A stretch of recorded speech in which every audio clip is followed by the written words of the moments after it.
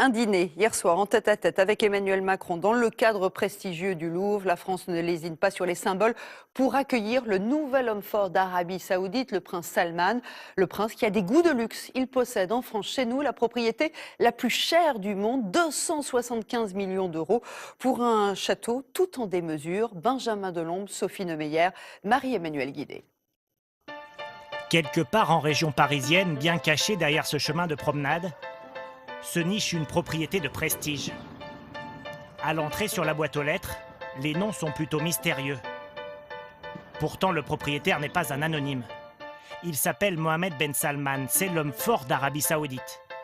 Et s'il vient d'être accueilli en grande pompe par la France, ici dans la petite ville de Louvciennes, il est un voisin très discret. On ne l'a jamais vu ici et on voit juste les personnes qui travaillent dans le château, qui entretiennent le parc, mais sinon on voit pas grand-chose d'autre ici. Dommage, car le château Louis XIV, c'est son nom, vaut le coup d'œil. Il a été bâti en 2011 comme une réplique de Vaux-le-Vicomte. Dans le parc de 23 hectares, de multiples jardins à la française, avec pour chacun ou presque, des fontaines d'inspiration grand siècle. Une fois ses portes poussées, vous entrez dans 5000 mètres carrés d'appartements au style classique, décorés comme à l'époque du Roi Soleil, mais aussi très bien équipés. En témoigne par exemple cette salle de cinéma privative. À 275 millions d'euros, c'est la demeure la plus chère du monde, une propriété exceptionnelle que Monsieur le maire a eu le privilège de visiter.